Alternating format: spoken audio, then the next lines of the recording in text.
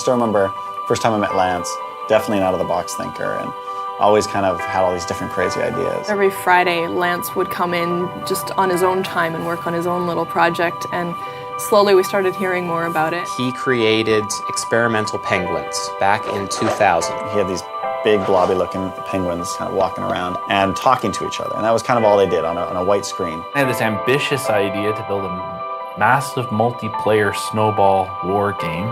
What if we take some of the same stuff you're building and kind of just make a world with it? If we could create a playground that could allow kids from around the world to connect, that could really be something. He had his plan, and then Lane helped him really put substance to that plan. And the more we would just kind of brainstorm, the more the pieces of this world kind of started to come together. If we worked on this full time and we hired people and we put Dave's company behind this, how fast could we build it? When they pitched it, it was, I was quite astounded, actually.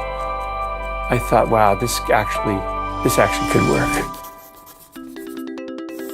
By late 2004, early 2005, created Penguin Chat 3 as a test for Club Penguin. Penguin Chat 3 was us trying to progress the game and progress the experience. And I'm sure we would have done Penguin Chat 4, Penguin Chat 5, as long as but we knew that we eventually had to move it from being this mini game to being its own thing. Club Penguin wasn't known as Club Penguin to the kids for a while. It was the big update. Because we didn't have a name for it.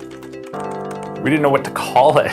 Lots of different things were talked about. Do we do Penguin World? Do we do Penguin Land? We didn't want to call it Penguin Chat because it wasn't a chat anymore. It was a full world with items and places and mini games. So we wanted to call it something bigger. What if we kind of take this idea of a club and like a community, and that's all the stuff that we're trying to create here.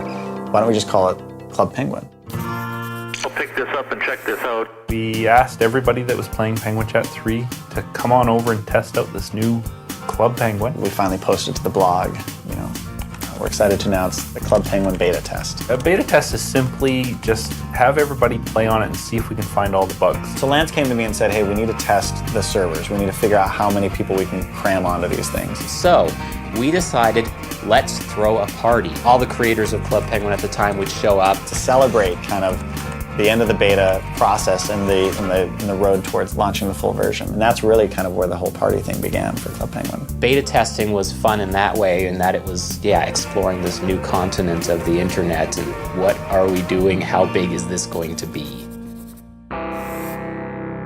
When we launched Club Penguin, we never expected it to be as big as it became. No one had ever done something like Club Penguin before. We had to really make up a lot of our own rules. It wasn't like, let's go try and do X, Y, and Z. It's like, let's just try stuff. Our job is not to come up with every idea out there.